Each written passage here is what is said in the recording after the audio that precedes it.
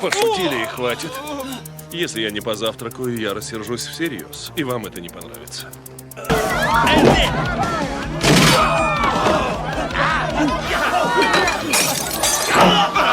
Оқиға Лос-Анджелестің орталығында орналасқан Банзай атты танымал жапон түнгі клубында басталады. Мұнда Танака есімді адам заңсыз кикбоксинг жекпе-жектерін ұйымдастырып басқарады. Жекпе-жек кезінде детектив Крис Кеннер рингке басып кіріп, Танаканы заңсыз ойындармен ұйымдастырылған төбелестер үшін тұтқындауға тырысады. Сен қамауға алындың дейді.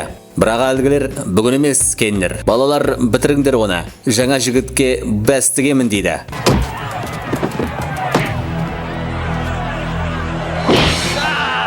Осы сәтте Якузаның қарсылас тобы клубқа басып кіріп, оқ жаудырады. Танака осы аласапыранды пайдаланып қашып кетеді. Ал Кеннер шабуылшыларды тоқтатуға тырысып шайқасады. Якуза бірнеше адамды өлтіріп, көлікпен қашып кетеді. Кеннер оларды тоқтатуға әрекет жасайды. Бірақ олар полицияға қарай жүйткіп, көліктің үстінен секіріп өтеді. Басқа амал қалмаған соң, қылмыскерлер қала көшелерімен ізін суытады. Келесі күні таңертең Кеннер шағын жапон мейрамханасында таңғы ас ішіп отырған кезде Якуза мүшелері кіріп, есінен қорғау ақысын талап етеді. Бізге қайырымдылық керек дейді.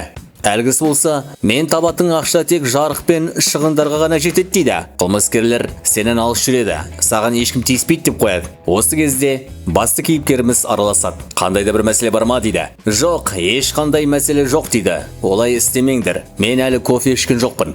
Ал кофе ішпесем ашуланып кетем.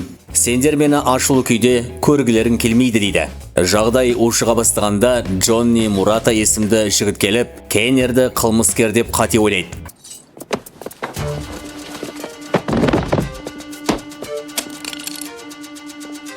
Якузаның бір бөлігі қашып кетеді. Кейін бәрі тынышталған соң, Джонни өзін Кеннердің жаңа серіктесі ретінде таныстырады. Олар қалған бір бандитті ұстап тергеуге алып келеді. Тергеу барысында Кеннер күдіктінің денесіндегі Якузаға тән татуировкаларды байқап, өткендегі ауыр естеліктерді есіне түсіреді. Кеннер 9 жасында ата-анасының Якуза мүшесінің қолынан қаза тапқанын өз көзімен көрген еді.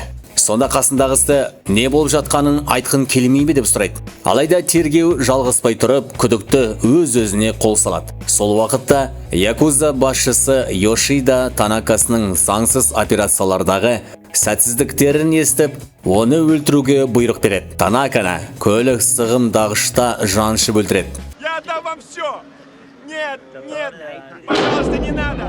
Я сделаю все, что вы просите, только не надо! Содан кейін Йошида Банзай клубын өз бақылауына алып, жаңа елігін тойлау үшін үйінде кеш ұйымдастырады. Көп ұзамай ол кештегі қыздардың бірі Энджелдің Танаканы Йошида туралы ескерткенін біледі. Ол адамдарын жіберіп қызды алып келуді бұйырады. Йошида олардың әңгімесін жазып алған еді. Энджел оны азғыруға тырысқанымен, Йошида сатқындықты кешірмей, оны өлтіреді. Келесі күні полиция оның мәйітін көшеден табады. Тергеуші Кеннер мен Джонниге қыздың денесінде ауыр жарақаттармен қатар метамфетаминнің өлімге әкелетін дозасы табылған айтады. Бұл дәлелдермен Якуза татуировкалары оларды тікелей Банзай клубына алып келеді. Полиция клубқа келгенде күзетшілер жолды бөгеп, оларды кіргізбеуге тырысады. Нәтижесінде полицейлер аздап күш қолдануға мәжбүр болады. Ішінде олар Энджелдің жақын досы Минако есімді әншімен кездеседі. Бастапқыда ол көмектесуден бас тартады, бірақ Кеннер қысым жасап, ақпарат алуға тырысады. Найдете меня, если надумаете поговорить. Да.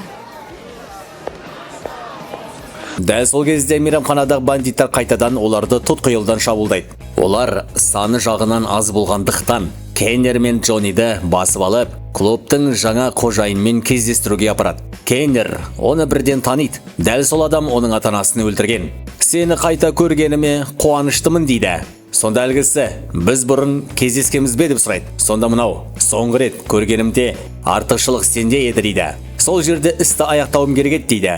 Енді мен сен үшін аяқтаймын дейді. Ашуға булыққан Кейнер қаруын шығарып, бастығына тура бағыттайды. Кек алуға дайын тұрады. Бірақ Джонни оны тоқтатып, ескерту жасайды. Коп. Полицейский. Ясно? Стрелять в меня плохо.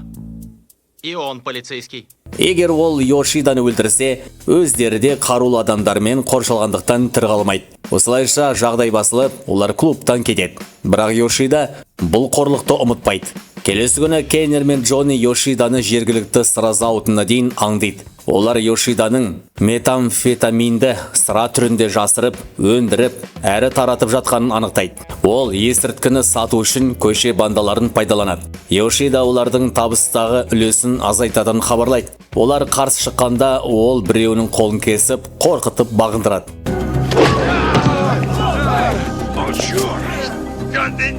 Ведь тебе хоть одну руку, чтобы потирать задницу. Сол түні Йошида клубқа келіп, Минакоға қымбат сыйлықтар береді. Оның шынайы ниетін білмеген қыз оларды қабылдайды. Бірақ кейін Йошида оны ұрлап, үйіне апарылып, зорлық көрсетіп, Энджелдің өлтірілген сәтінің видеосын көруге мәжбүрлейді. Йошиданың үйін бақылап жүрген Кейнер мен Джонни Минаконың өзін өзі өлтіруге дайындалып жатқанын көреді. Кейнер оны құтқаруға асығады, ал Джонни Йошидаға қарсы барады. Кейнер күзетшілерді жойып, Минаконы құтқарады. Олар көлікті қалқан ретінде пайдаланып, жарылыс арқылы қашып кетеді. Ашуға булыққан Йошида күзетшіні өлтіріп, кек алуға ант береді. Кейнер Минаконы үйіне апарып, қорғау үшін мылтық береді де, қайтадан Джонни мен кездесуге шығады. Екеуі бірігіп Йошиданы моншада тауып, күзетшілерді жеңіп, ішке кіреді. Алайда Йошида полиция келгенге дейін қашып кетеді. Кейнер мен Джонни де кетуге мәжбүр болады. Кейін Кейнер Минаконы алыс жердегі үйге жазыруға шешім қабылдайды. Бірақ түнде Йошиданың адамдары тағы да шабуыл жасайды. Қақтығыс кезінде Минако қайта ұсталып, Кейнер берілуге мәжбүр болады. Оларды тастанды қоймаға апарып, жартылай шешіндіріп, тоқпен азаптайды. Кейін күзетшілер кеткен соң Кейнер есікті бұзып, қашуға мүмкіндік табады. Бірақ оларды көлік сығымдағышқа салып, Танаканы өлтіргендей жаншуға тырысады. Плохие новости, они нашли нас первыми.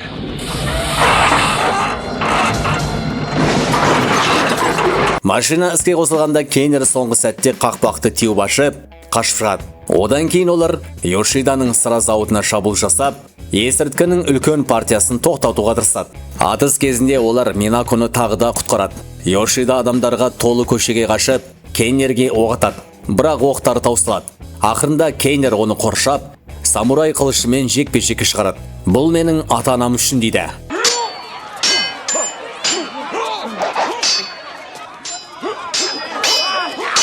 Жекпе-жек Кейнердің Йошиданы түйреп, оны айналып тұрған от шашуға лақтыруымен аяқталады. Кек алынған соң, Минако Кейнерге жүгіріп келіп, оны құшақтайды. Соңында Кейнер мен Джонни Минаконы халық арасымен алып өтеді. Ал адамдар оларды батырлар ретінде таниды.